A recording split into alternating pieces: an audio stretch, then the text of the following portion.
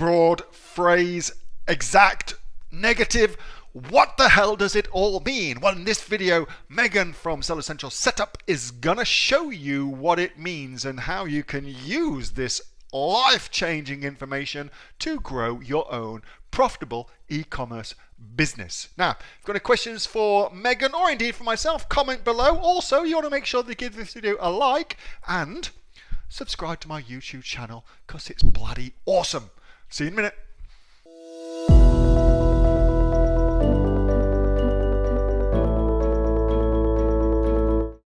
So broad match is generally the default when setting up your Google Ads. So that'll just be, maybe you set up a campaign and you just typed in your keywords. You didn't use any of these modifying symbols.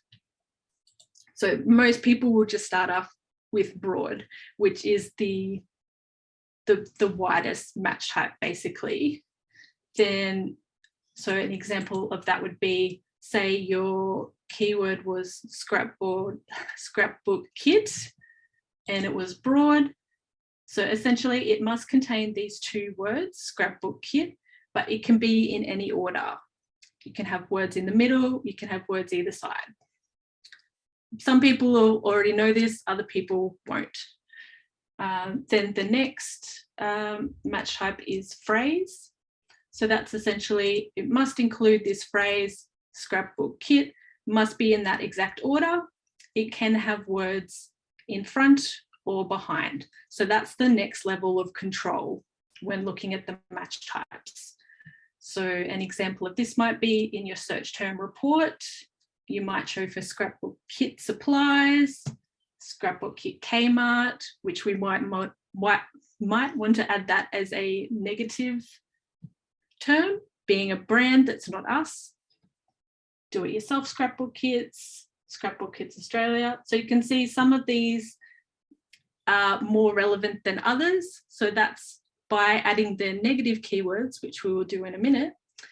That's another way we can refine when our ads are shown. And then exact phrase. So this is the highest level of control. So when you're using exact, and that's denoted by the little square brackets, scrapbook kit, you will only show when people are searching for scrapbook kit or close variations, which include the plural. So most commonly, if you haven't seen my inner circle presentation, most likely you're using broad.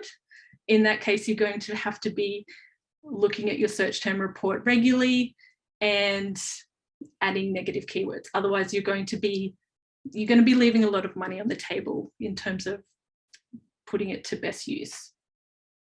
All right, and generally, when I'm setting up a client's account campaign, I would generally have a conversation with them about, how often are they going to be looking at their campaign, things like that. If most likely, most people I found just set it up and leave it, and don't look at it. So in that case, I will only set them up with exact match. And that takes a lot of the work out of it in terms of checking the search term report regularly. You don't have to do that. So if you're only using exact match, you've probably had a session with me. So then you don't have to do this, which in that case, you would look more at potentially just pausing some keywords that were getting a lot of traction, or testing new keywords, and then potentially looking at adding phrase match to extend your reach. That was a video from my regular Monday night Q&A session with the members of the Aussie online entrepreneurs right here in Australia.